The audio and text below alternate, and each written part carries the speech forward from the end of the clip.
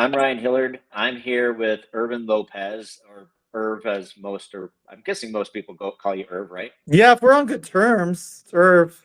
Well, if we're friends, it's Irv. If we're not friends yet, it's Irvin. All right, Irv or Irvin. We'll see what we're calling each other by the end of this. But wanted to go through and talk to you. And Irvin's in Long Beach, California, also a mortgage broker.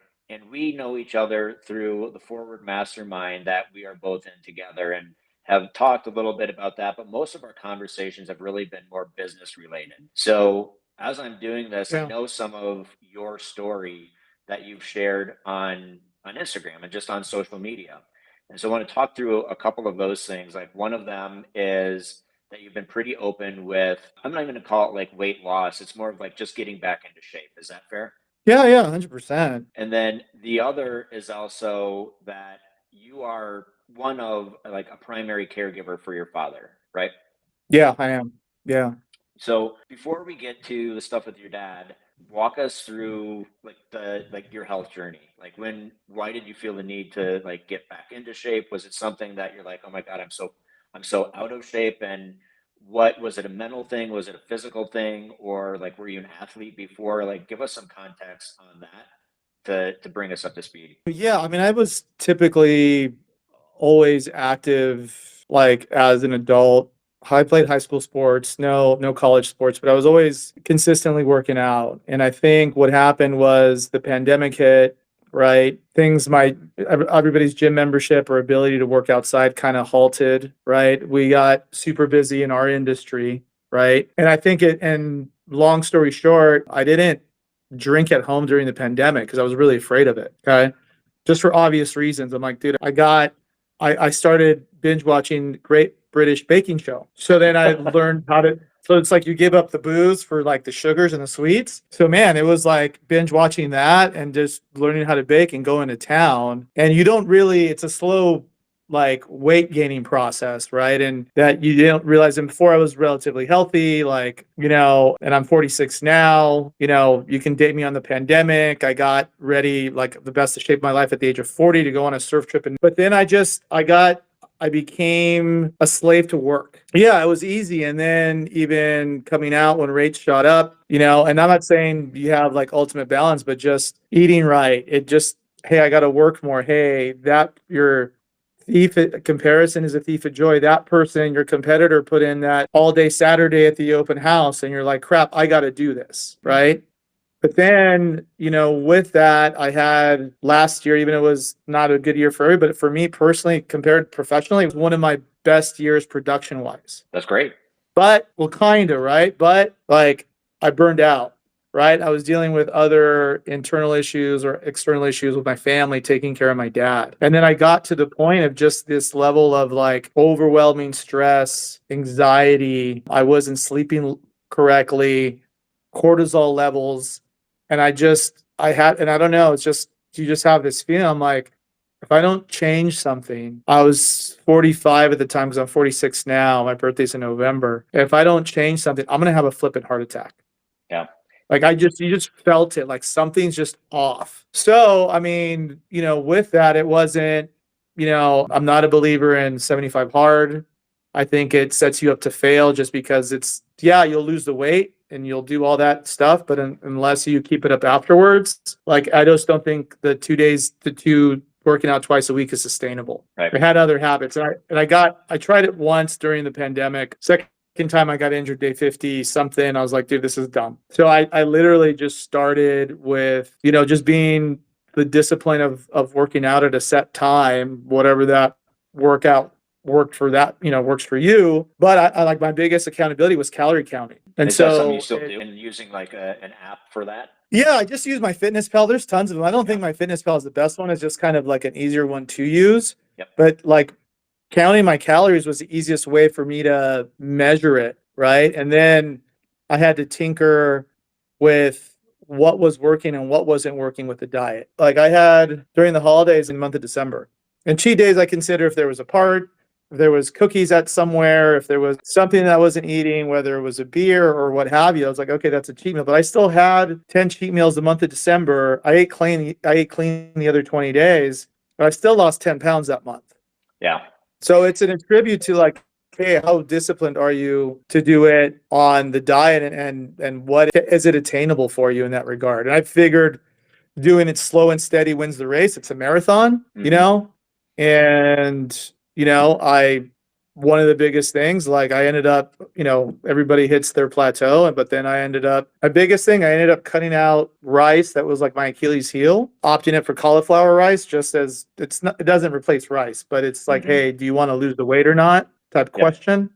Right. And not having that donut at like 9 o'clock at night on a Tuesday. And then I ended up like hitting my goal weight and then some more. Now it's just like, okay, now I've hit this threshold. Now, how about I just try to just lose? My bigger thing is just losing visceral fat. Because Mhm. visceral fat is like the fat that's around your organs, and that's where like cancer builds up and that type of stuff. So the visceral fat is a bigger thing, just because like I don't want to die in years or have something life altering health wise that'll make me do that.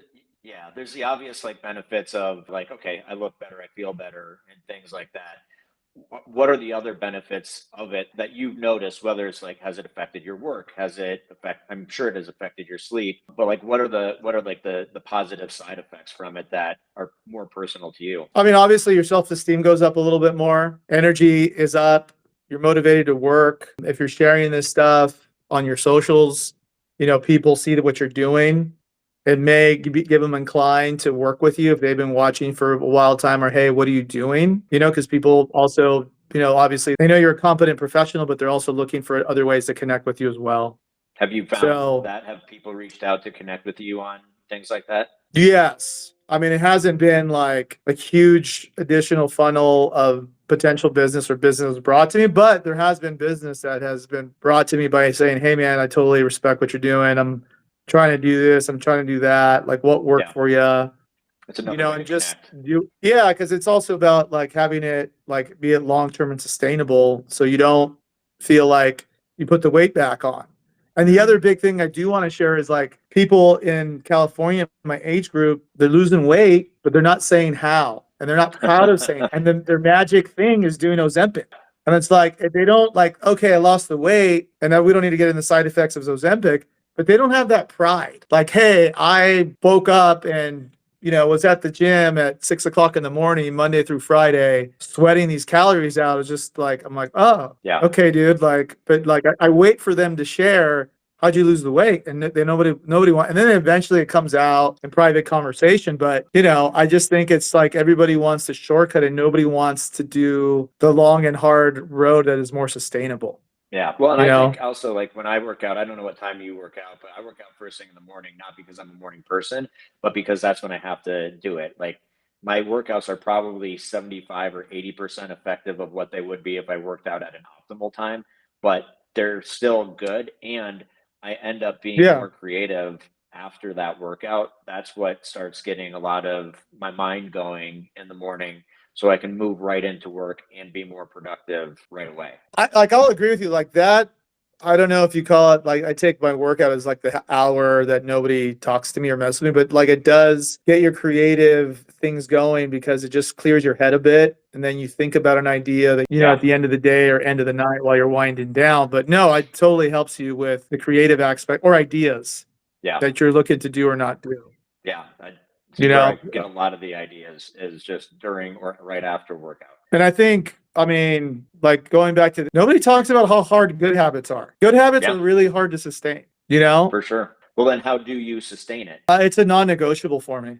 I wake up like, and but I'll wake up and I'm like, I'm already in my workout clothes. Just got to put on some shoes and some socks, make sure I'm gonna get I you more. literally, I like, hey, if you ever see anything, I always wear black. I got Yeah. same pair of shirt and pants, like, 10 of them, but, Well, the other I, thing I think you also work out wherever, and you don't have the mindset that I have to be wearing my workout clothes to work out, right? I've seen you hiking in Hawaii when you were there for a friend's wedding or something, and you were uh, just like, I have my polo shirt on and I don't know, pants or whatever, and probably a little overdressed for a typical workout, but you went anyway. Yeah, because there's something I get this subconscious anxiety, and I'm like, okay, like I can either if I'm hiking in Hawaii or hiking in the desert, I'm like, and mind you, like, yeah, I did wear my polo, but I ended up taking my shirt off. I did have sunscreen.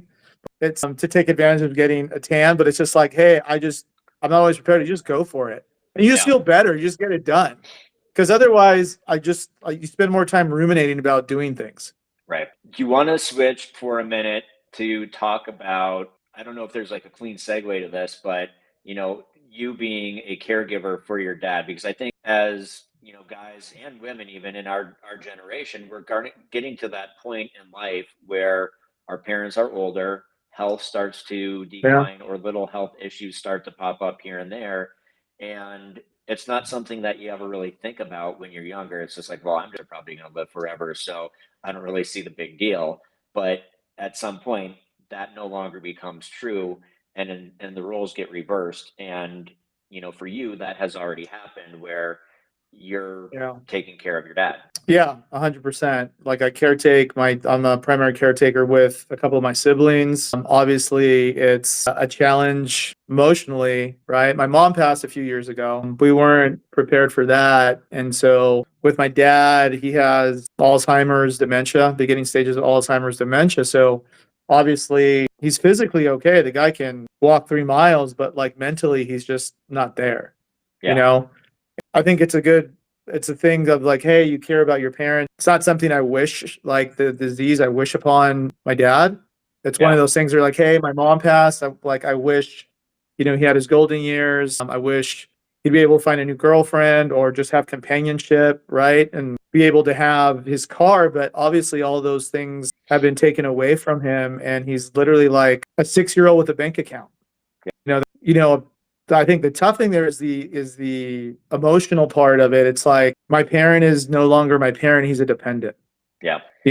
And it's like this pull and tug. Like, hey, even after I do see him or do caretake him the next day, man, it's like it's just this thing because every time you engage with this, you're opening the wound. Yeah. And I'm not a trained healthcare professional. I read on stuff. I do YouTube. But still, like, we're still emotional creatures. So as much as I've learned to compartmentalize those emotions. I don't. What are takeaways from you where you're like, okay, this is one part of me that I'm, I feel like now that clock is ticking a little bit, and or I have to do that. Like, has it changed your perspective on things as a result? Yeah, I mean, 100%.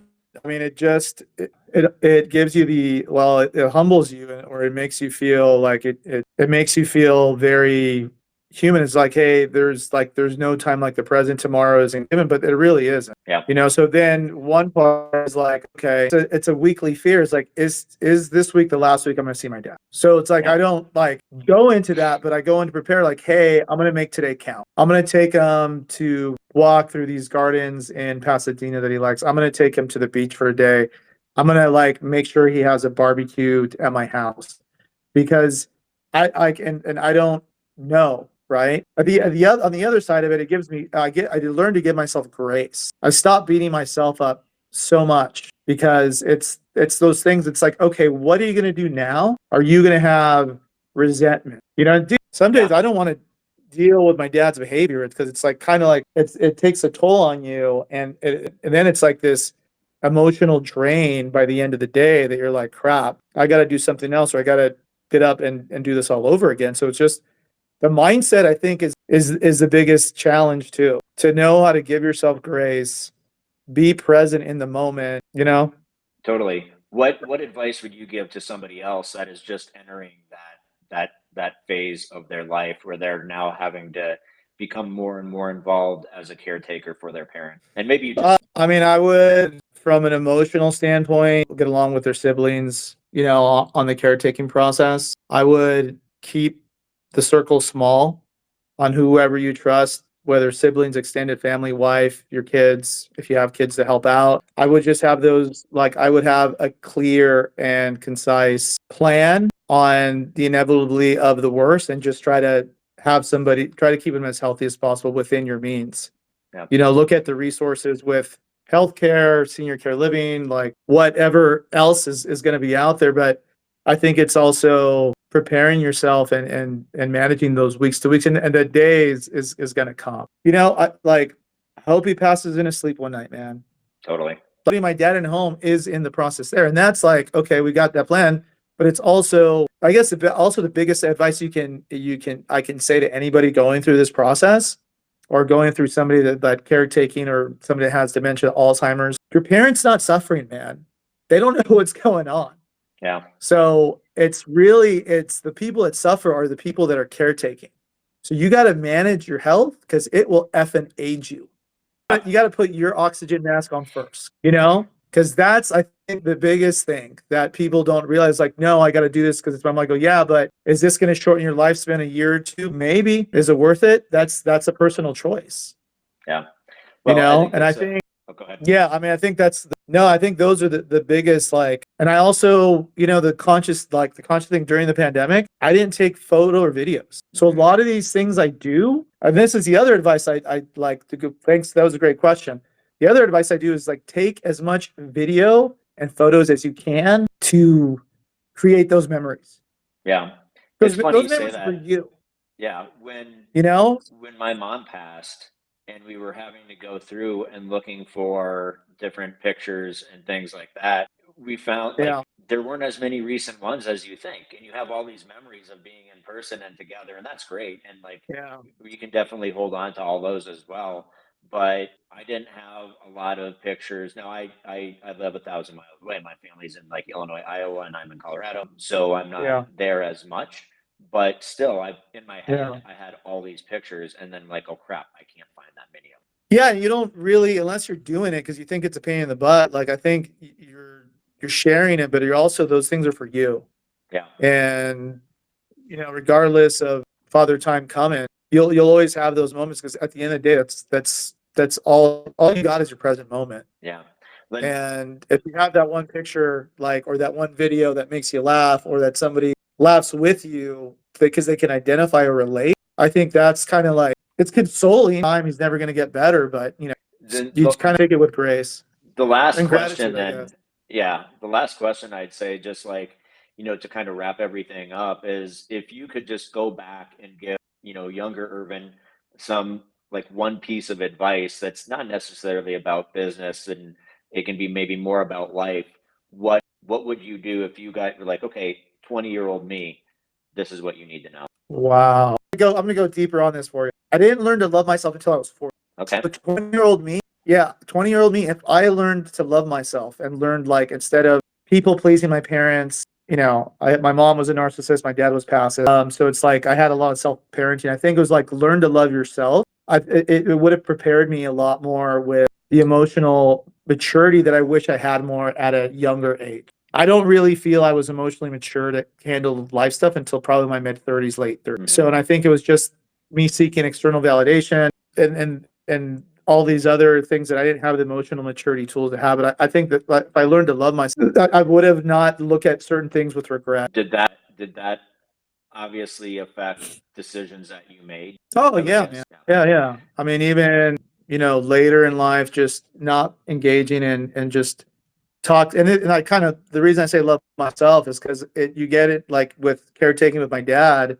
Use an example. You tend to get into talking with family and extended family, with siblings and extended family. But if I learned to love myself, I would have created this healthy boundaries a lot sooner in the family dynamics. That I feel things would have gone a little bit smoother in caretaking of my dad, or just with my mom passing. Right. Yeah.